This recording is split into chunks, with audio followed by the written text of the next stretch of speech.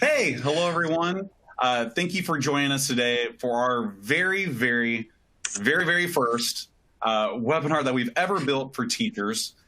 Believe it or not, this is actually the very first time we've ever created any kind of content for educators, well, at least like a webinar for that matter. We don't really market to you. Many of you use our products day in, day out, but don't really hear from us. So this is new for us. So with that being said, it's very possible that we might stumble and we might come off very real while we have you today. But I wanted to begin with just a little bit of housekeeping because, well, yeah, this is the first time you've ever been on one of these. So first off, this webinar is being recorded. So if for whatever reason you have to hop out, don't worry. In fact, we get it. It's almost expected. I was talking to Jenny, who's one of our roundtable panelists today. You're a teacher. You have many things going on. Many of you are probably in the class, maybe even right now. So with that being said, if you have to hop out, the recording will be sent to you in about an hour or so after. You can watch it on demand. You can share with your friends. If there's any other colleagues that missed it, just send them the same link that you got in that email, and they'll be able to watch it themselves as well, too. So, yeah, now to this interface. There is a widget right below me. This widget is our resource widget. I put a link to the slide deck that we're talking to today, a link to our user community and training training and user community, which is free to join. Encourage you to hop in there. It's got a lot of videos, little training courses that walks you through all things classroom and MDM if you're using MDM. But then also all the other widgets on the screen are fully customizable. So if you think we're cute and you want to make the media player full screen, go right ahead. You can maximize the slide deck, move things away. Completely up to you. And actually, probably most importantly, you're going to see, let's see here. Oh, yeah, you'll have the Q&A widget, which is the best way for you to engage with all of us. If you have a question about just classroom, you have a technical resource on this webinar. If you have questions for the panel and you want to just hear about what some of the other educators are doing in virtual learning, ask away. I'll be kind of handling the MC and teeing these up later on during this this roundtable discussion. And then also there's a cool little, let's see here, I'll highlight it as well too. It's our group chat. Hop in there and say, hey, let us know where you're from. And yeah, just talk to everybody. This is an open group chat so you can see it live. We definitely encourage you to hop in and just speak. Let us know where you're from. And yeah, so let me now transition sort of into just what to expect. Of course, we're going to do a quick introduction of everybody on, maybe speak a little bit to who Securely is, again, because you probably haven't heard from us before. And then we'll just dive right into the roundtable discussion. We'll have a few closing remarks and just to fill it out and see if you like this, if this is something you want more of. We have a cool little survey that'll pop up right at the very end of the webinar. So just let us know. Just let us have it. If you hated it, let us know. If you loved it and you want more of it, boom, let us know. So with that, I realized that I haven't even spoken to just who Securely is. Obviously, you're probably using one of our tools like Classroom or MDM, but we have been a student safety solution for well over 6 years now. We do content filtering. We look specifically for self-harm, cyberbullying events. We monitor those 24/7. We help schools just stay abreast of this, especially during this remote environment that we have going on here. So we have a full breadth of tools and solutions for school, but today's presentation is going to focus primarily on the tools that you actually use today. But if you are interested in learning more about just what our impact is, right below inside of the resources section, click on our 2019 impact report, which kind of just speaks to our solution overall, just if you're curious. And then, of course, you have me. My name's Will Patterson. I'm the manager of customer advocacy. So if you hop into the lounge, again, if you click on that link below, and you go in there and you complete any of the challenges or like talk inside of the discussion boards or ask questions, you'll most likely hear from me. So hop in there. I run our user community. I also work with our product teams, implementation, developers, and get a lot of the feedback that you share in the lounge, and then also inside of like webinars like this, and put it to good use. I kind of eloquate that to that team and help them build those tools for you so you can do your own thing. So with that, I think that's enough for me. I'm going to now start introducing some of the people that you're going to be hearing from today, beginning with Michael Jolly. Hey, thanks, Will. So my name is Mike Jolly, and I've been with Securely about 4 years. I work with our customer success team. I'm also the director of K-12 safety. So as a former educator, I was a teacher for several years. I was also a principal here in the Charlotte, North Carolina area at the high school level for just a shade under a decade. And so very passionate about students and learning and safety. And so I'm with Securely to help teachers keep kids on task and help schools keep kids safe. And with that, I will send you over to Ben Muck. All right. Thank you, Mike. Yeah, so I'm Ben Muck. I am a customer success manager, been with Securely for about 3 years. Before joining Securely, I was a classroom teacher. So I taught middle school science, high school earth and environmental science, coached a lot of sports during my free time. And really, I'm just excited that Securely is kind of venturing into this type of roundtable, because it's definitely one of my passions to be able to connect with teachers on a consistent basis. So with that said, I'll pass it on over to Jenny. So my name is Jenny Grutmann. I live in Waseca, Minnesota. I've taught here for going on 8 years now. I teach 6th grade. During this hybrid model we have right now, I'm currently teaching the majority of my homeroom, all subjects. Typically, I teach math and science. And I really started using Securely last year, and then especially used it a lot when we went full distance learning last spring. Still use it right now, but that's definitely when I first started to use Securely.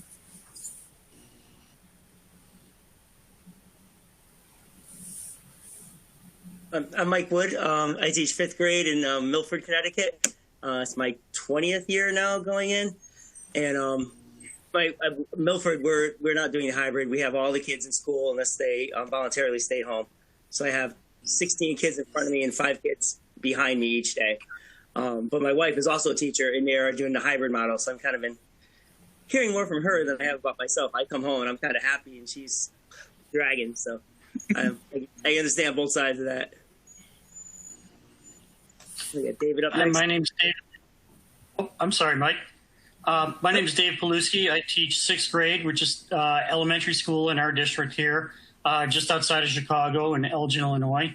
And I've been teaching, I think this is my 16th year now. And I've just been using Securely for the last couple of years. And I found that it's actually been a pretty valuable tool. And I think it's even more so now because of the situation that we're in. We're currently, my school in particular, or my district, we have K through 2nd grade going through hybrid right now. Everyone else is remote, and obviously the situation is very fluid. So we'll find out what's going to happen. But I'm doing completely remote right now.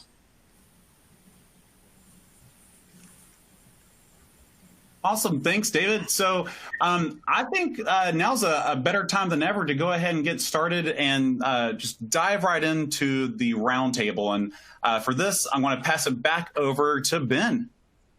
Yeah, thanks, Will. So obviously we all went through the spring and kind of got blindsided with going directly into virtual learning. And so I was really interested in just hearing from you all. And again, the audience, please feel free to ask questions as well and provide feedback from your own experiences.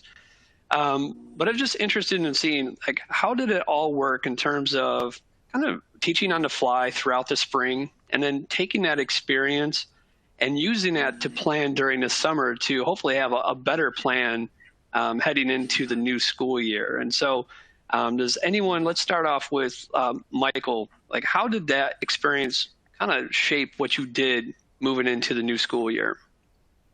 Like I said, teaching in Milford, we're about 40 minutes away from Manhattan. So it kind of felt like ground zero here. People were legitimately scared.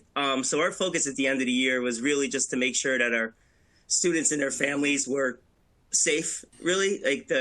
We really were told to live. We didn't take attendance.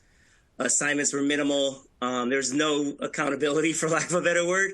But we were on all day. The kids would come in, do their assignments, but they knew it really didn't count. It was March and April, which by the end of the year, they're already kind of done anyway. But I knew we couldn't start the year with that same kind of, laid back, laissez-faire sort of approach. And so now it is much more accountable where I am. Like I said, there's daily attendance for the in-school and homeschool kids. Assignments, they're graded. There's a report card. They didn't even get report cards at the end of the last trimester last year.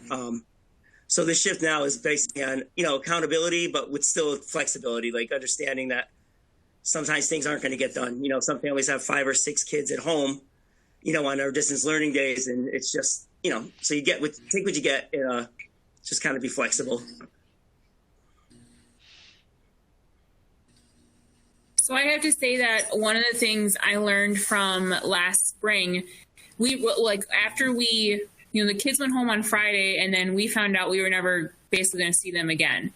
So we never had any chance to talk about any kind of technology that they were going to be using at home. So we are mostly a Google school, so talking about how to really actually use their email and how to use Google Meet versus the Google Hangout and all that kind of stuff. We never got a chance to show the kids any of those tools or how to properly use them.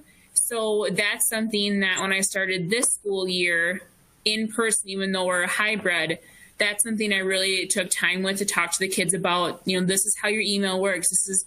You should check it every day and delete old emails and respond to teachers. And what's the Google Meet versus the Google Hangout? And how can you find Hangouts? How can you get a hold of me when you're at home? So I spent a lot of time really making sure they knew how to contact me, what to look for if we had to go back to doing 100% virtual. Because last spring, not having a chance to sit and talk with them again and help them through that stuff was chaos. It was so hard to get a hold of some kids or to get them on, to get working with them one-on-one. So I focused quite a bit on that at the start of this school year, just in case we had to go all virtual again.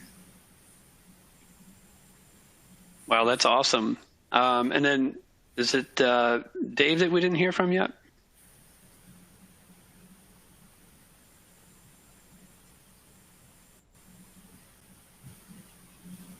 Looks like, oh, hey, David, were you able to come back?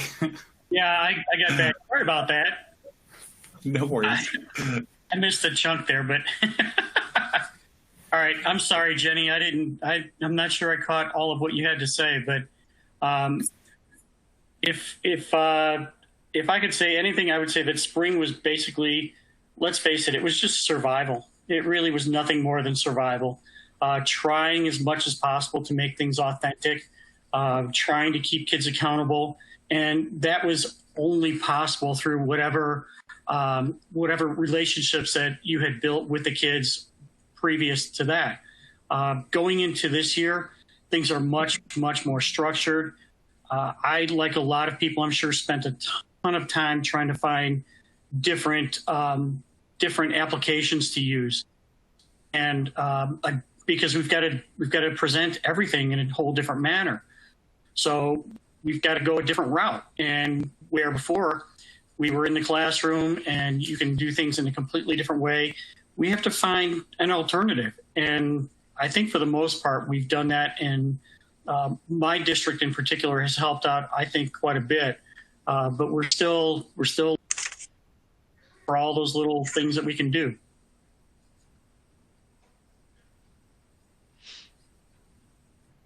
One of the things that my district did in particular too, just, again, in case we happen to go virtual, is we took a lot of time this summer to create what we call modules.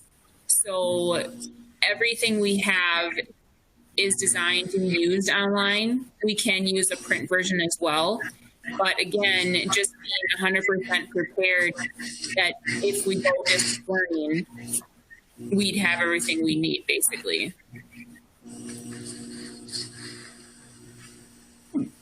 Yeah, and that kind of leads into maybe like the next question, because I think, Dave, you brought it up in terms of just using different types of products to, as you put, like kind of survive, right? So leaning on technology, obviously, if you're in a hybrid or virtual type of learning environment, what kind of new products did you all use? Any kind of classroom management tools to help be able to monitor the students, or even like learning management systems? And again, this can go out to not just our panel, but we'd love to be able to hear from the audience as well. But Jenny, can you speak specifically about some of those tools other than like the modules that you put together that you might have started to learn more about over the summer? Yeah.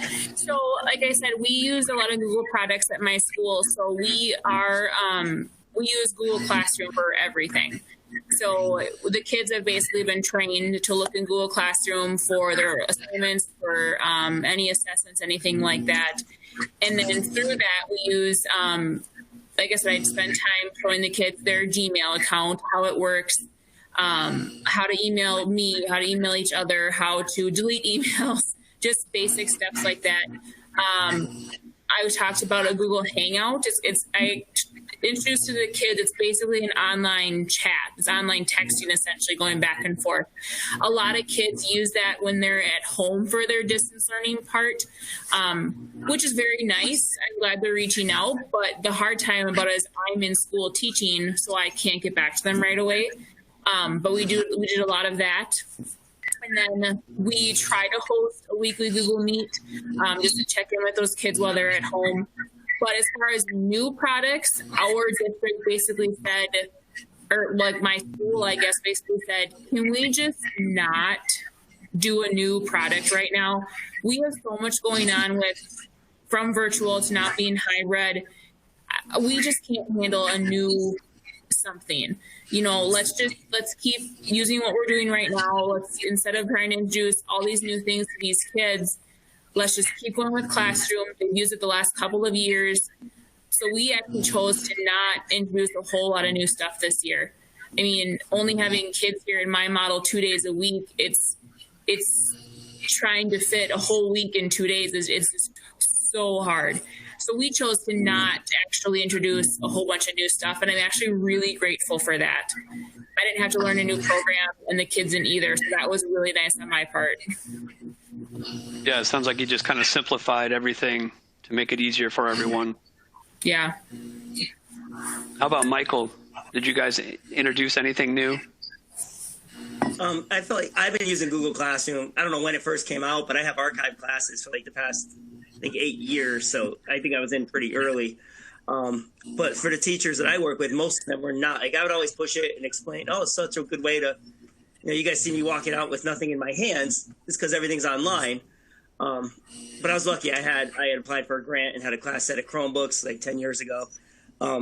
So it was the building itself. There's not a whole lot of new, similar to what Jenny was just saying. But it gave me kind of the impetus to learn some of the new things that I've been hearing about that haven't just taken the time, like Pear Deck and Jamboard, Flipgrid, doing screencasts I've never done. And then I spent the last 3 months of last year in the beginning just recording everything so that the kids who are not able to attend live can still, get the access to the details, the information. So I think that screencast, and I have the students making them too. Like it's a lot easier because their views are always different than what we see. So it's like hard to explain to a kid, click here or go there. So I have the students make the screencast and then share it out. I think the teachers in my building, that's kind of what that's their new learning for this year is screencast and Pear Deck. Hey, Ben, I have something to add. So over the summer, we actually did a similar roundtable as this with IT admins. So like a lot of like the people inside of your technology group. And I asked them specifically kind of around, what their experience has been with professional development for like their educators, especially during this. And the question I want to kind of pose to both the group chat, for everybody that's writing stuff there, hey, but then also maybe even maybe like David, I'll pose this question to you. Do you think, especially after just the experiences since the spring, you would be more or less interested in taking technology professional development? Like if your IT department offered it, would you be like, oh yeah, let me see actually what they're coming up with? Or I guess that's the question. Would you be more interested in taking it now? Oh, absolutely. Because I think it's the way to go no matter what. It's not going to hurt in any sense to learn anything new in terms of technology. And it's just another tool that we can use. Even if we go back, and hopefully we do go back in person, there's no comparison, obviously, between remote and in person. But the technology, the tools that we have available that we can use are a tremendous help. And a lot of them, like Mike was saying about Flipgrid and Pear Deck and all these things, they just add another dimension. Or in class, you can still use those in class.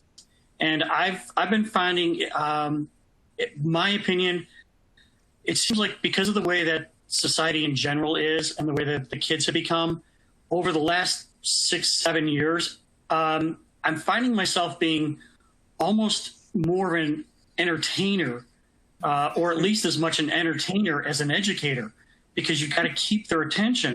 So this technology, they're all, a lot of these kids are very tech savvy. And the more that we can use that, I think the better off we are. So I'm definitely in favor of more technology. And that's why I thought, and I'm glad that you helped reaffirm that with me, just because, we at Securely realized that, just like Greg mentioned inside of the group chat, that people are just overwhelmed with just all this new technology that we're almost somewhat thrust upon us because of just the state of the world. One thing that I've actually personally been working on has been with helping like our learning and development teams building, professional development. So actually in the survey that will pop up at the end of the webinar, you can actually let us know if that'd be something you're interested in. Because if a lot of you guys and gals are, we would love to put it in front of you and just see what you think. Many of the very first courses are in the lounge right now. So if you go to resources and click on join the lounge, you'll see classroom inside of the activities area, and you can just let us know what you think of some of those already. But sorry to take over the roundtable, but I was just very curious about it because it was certainly timely. I'll pass it back over to you, Ben. Sorry.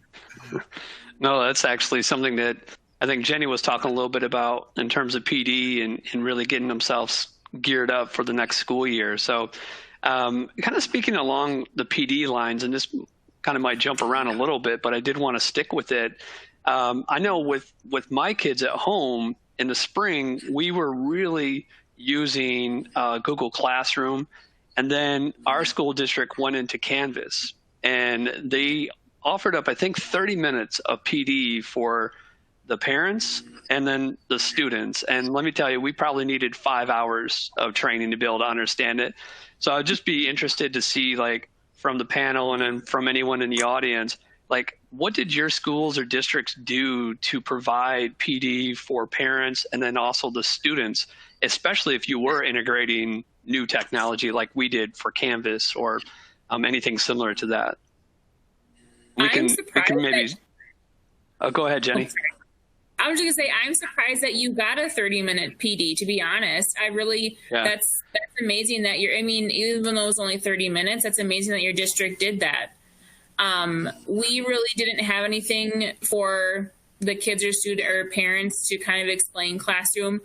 I think one of the reasons is our kids have used Classroom for a few years now, so I think our thought was hopefully by now they kind of understand it, but I wish parents had a crash course in it. And then as far as the other technology goes that we used last spring, there really wasn't. And I think that was kind of a downfall for us, is that there was no training on that stuff for the kids or the parents. Yeah, I think that training for the parents is one of the missing pieces that is probably pretty prevalent, because yeah, that's fine. We can learn how to use it, and we can in turn help the kids learn how to use it. But with a lot of these kids, and not even just the younger ones, the parents are there, they're involved, and they're trying to help them out. And if the kids get stuck, they don't know what to do. In the spring, we were told, well, whatever you use, go for it. Great, wonderful. So I was using Google Classroom. The district told us in the spring, towards the end of the spring, we'd be switching over for the next year all over to Canvas. And I thought, okay, well, I'm going to try to play with it over the summer and see if I can get a handle on it. And I kind of was getting a little bit used to it. And then they changed a lot of the features on it, which was just perfect. So it turns out I do like it. I'm open-minded. I like Canvas. It's pretty versatile. I like Google Classroom, but I think Canvas has a few more tips and tools and tricks and things that we can use. I'm not knocking Google Classroom, but it's not bad. It's just getting used to it. Like anything else, it's something new. But really that PD part for the parents is, I think, absolutely crucial when you're going to introduce something like this for all the kids to use. I think that has to be there. It has to be included.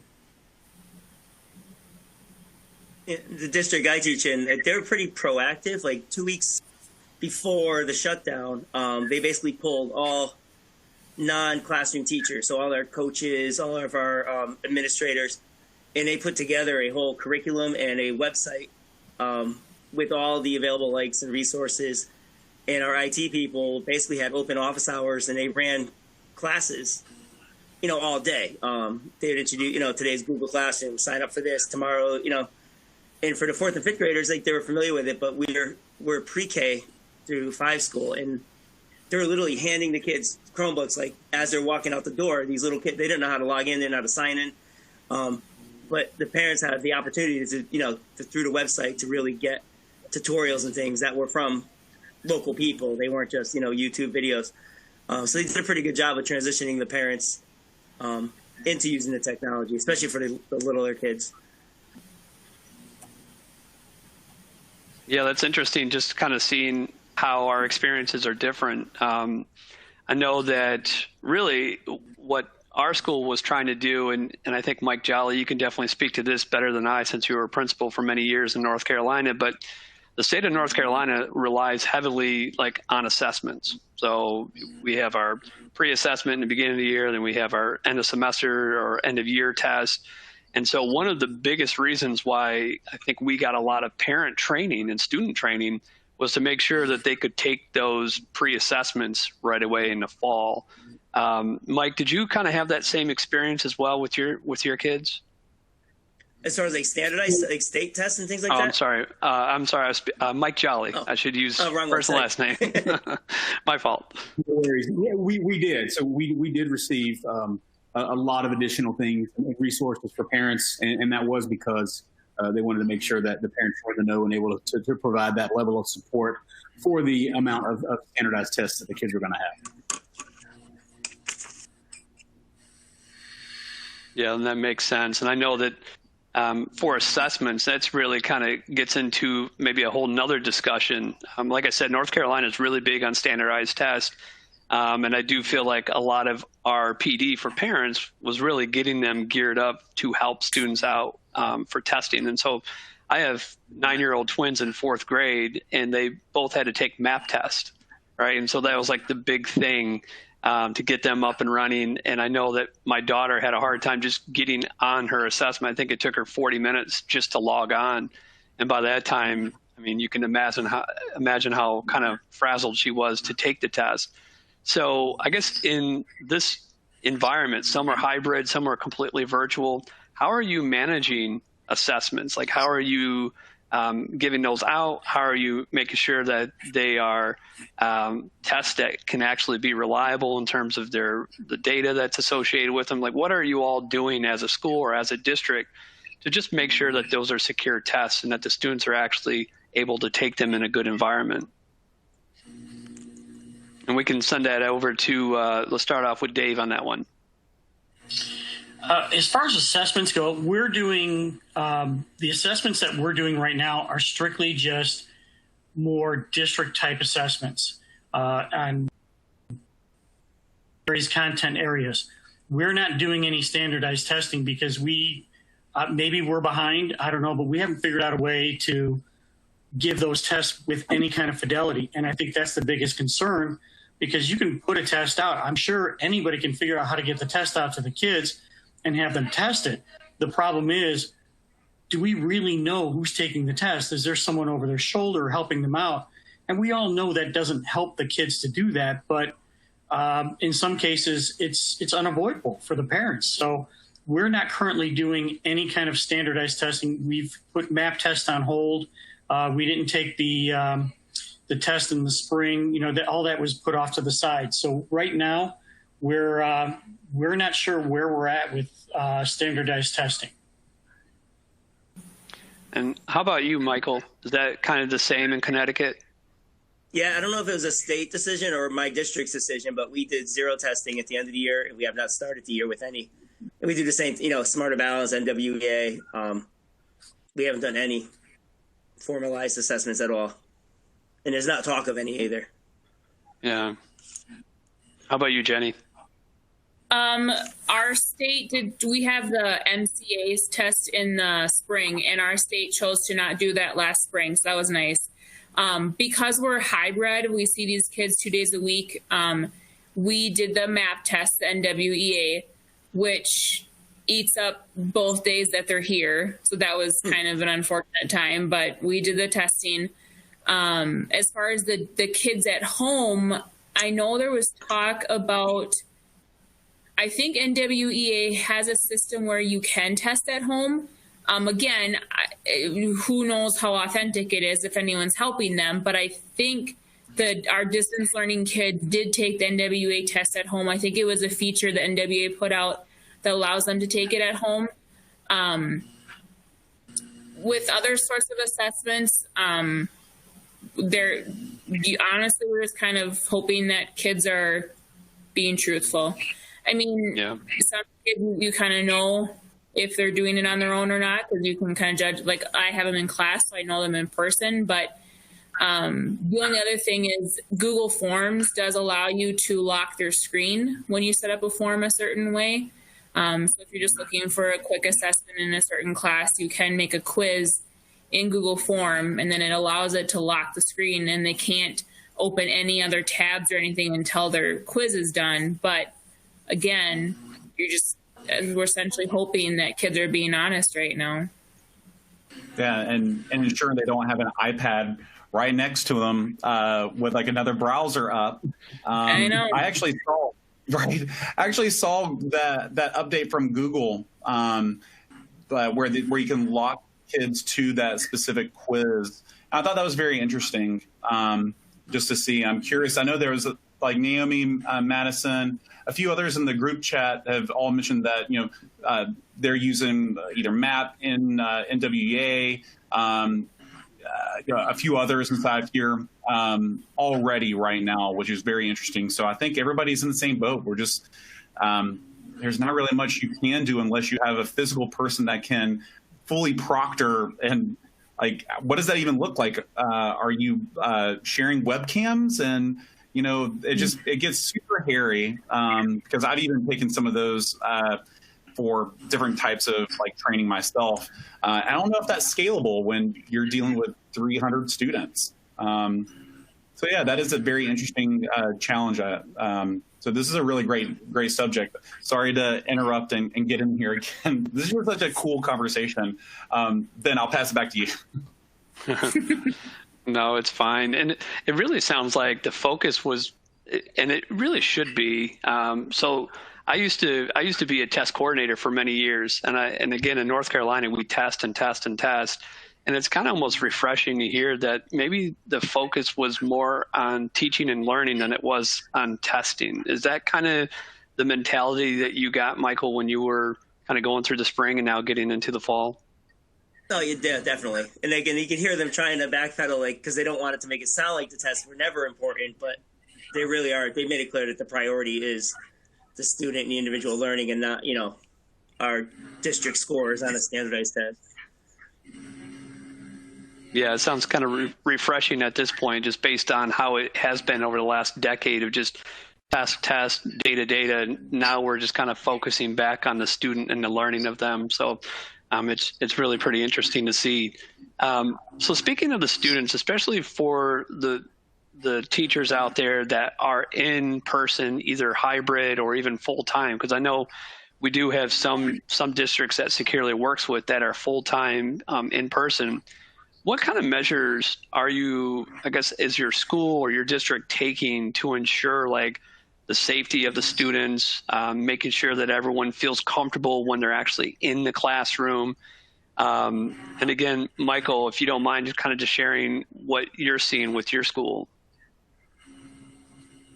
Like physical safety we're talking about, or online? Yeah. So when they come in, because you said that your students are coming in person, is that correct? Yeah, there's 4 days a week, and then Wednesday's a distance for everybody. Yeah. So I guess what kind of safety measures are you putting in place to make them not only physically safe, but then also feel kind of emotionally safe as well, knowing that you guys are kind of taking these measures to make sure that they're safe? Yeah, they line the hallways. There's a strip with a dot every 6 feet. They come off the bus staggered. Masks are a given. They're supposed to, as soon as they come in, they're supposed to wash their hands before they do anything. Basically, they installed about 2 hand sanitizing stations all around the building. It's been pretty late. I was surprised at how easily the kids have adapted. And the hardest part is we've been spending years teaching them to turn and talk and work with your neighbor and huddle up over here and, even just angling your desk towards a speaker. That was something I would pray, like, oh, look at you. You want to hear what this kid's got to say. And now it's like, nope, face forward. Don't spray anything in his direction. So it's hard because like a lot of the things that we've been really pushing are now the things that we're pulling them away from as far as the social distancing. It's like most of education has been cooperative learning, and now it's much more independent. And the stuff that we do try to do, even recess, I'm giving them a rubber glove and they're playing tag with a pool noodle. So it's like we're making it work, but it's definitely it's not as fun. Right. And Jenny, you said you see your students 2 days a week. Do you have kind of a similar experience, or what's happening there? Yep. So Monday is a distance learning day for everyone. And then I have group A is here Tuesday, Wednesday, and then group B is here Thursday, Friday. So Wednesdays after school, our surfaces get disinfected or sprayed with some chemical or something like that. And then Mondays as well before the next group comes in. Kind of like what Michael was saying, they're spaced out. I have at most 11 kids in my room on my 2 different days. They're spaced out in the classroom. They're supposed to be spaced out in the hallway. We wear masks, things like that. And we started out, sanitizing after you leave every room, that kind of stuff. It really seems like this isn't a concern for kids anymore. I mean, they come to school, they wear their masks like they're supposed to, but they still gather up in a group. We were walking out today to leave, and I had them in a line, spaced out, and all of a sudden we're in a big huddle in the hallway. And I'm like, this is just, it's just kind of seems like for the kids, they're adapted, and it's not, this doesn't seem to worry them right now. I think they're just so happy they got to be in school. I have heard over and over from last spring how much they just disliked the virtual learning and they missed everyone. And the other side of that too is these kids go hang out with each other at home around the weekends anyways. So they're not social distancing at home. They're not, it's just kind of, we're doing what we're supposed to be doing here at school, but we have more hand sanitizer stations than I think I can count in this building. So we're trying our best to keep the rules, but I was doing a little mini group project today in social studies, and I was like, okay, remember, you got to spread out a little bit, but still work together as a group, but you got to keep your distance a little bit. It's very different right now. Yeah, I can definitely kind of tell the frustration, and I'm sure we're all experiencing it. And like you said, it hopefully it gets back to the way it used to be, and hopefully all the things that we helped teach the kids to partner up and to share and to do those things will kind of go back naturally, just kind of like how we now throw on a mask naturally and not even think about it for the most part. So, well, for the most part, those are the majority of the questions. I don't know if you saw anything else pop up from the audience that you wanted to ask everyone about. We've actually had a lot of amazing feedback just on, how users are using our classroom product. Things that they would like to see, which I love. And again, selfishly, that's the reason why I'm on here, is just to hear this feedback. Because me as an engineer, I can only assume like how you're using the product, and hearing it right from the people that are using it every single day in multiple ways. This is extremely valuable. I would say I've been answering a lot of the questions as they've been coming in. They've been really good. I have some follow-up actions for me. I think I'll be emailing a few of you, and I think that's everything. I would say here, like, and some closing notes, because I think this is probably a good time we can kind of just wrap things up. I want to thank each and every single one of you that hopped on today. We had over 100 teachers on, which we were not expecting, and I'm sure we'll have many people that will watch this on demand. So there'll be like a short survey that pops up at the end of this. We're really just looking for more feedback on what we can build for you. We're investigating ways to help you keep kids on task. Like I was asking many of you inside the group chat, how do you keep kids engaged? And then also, I didn't even think about this, parents.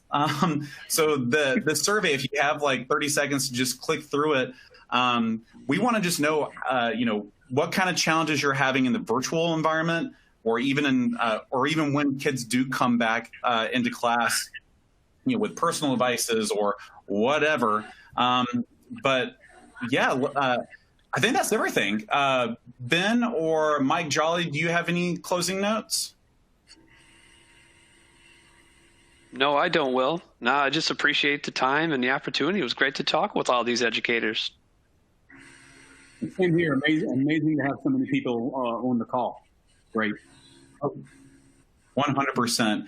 And for anyone that I've been speaking to inside the group chat or in the Q&A, I might reach out to you after. So if you're asking for my email, I'll send it to you. Don't you worry. And I'll probably maybe even do a warm handoff and introduce you to our product manager of Classroom, just because this has been amazing for me. So I will leave it at that. This has been, I think, a great. Oh, go ahead.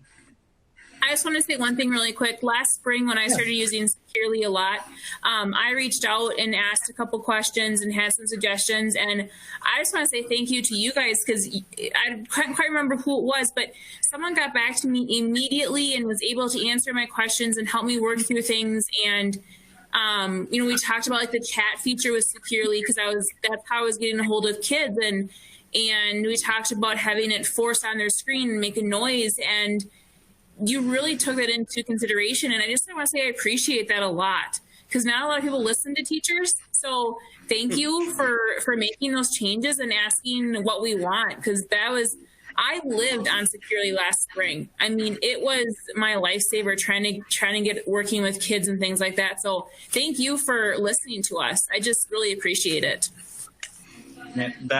You just made not only I think us at Securely's day, like that's on this call, but for those that 100% sharing that feedback too after, this is just what we live for, is just making tools that teachers need, and then keeping kids safe, helping you do your job. So wow, that was really sweet. Thank you very much, Jennifer. I won't keep anyone any longer. I'll just remind everybody that this was recorded. So you'll get a link to the recording. Share it out with your friends. Again, fill out the feedback. Let us know what other topics you'd like to hear on. And join the lounge. Ask the questions in the lounge. We have support engineers inside of there. You can ask and share lesson plans or ideas. It's a great place. And again, you can join right below here, and I'll make sure that we send invites to everybody that joined today. So, all right, I'll leave it there. Thanks, everybody. Y'all have a great rest of your day.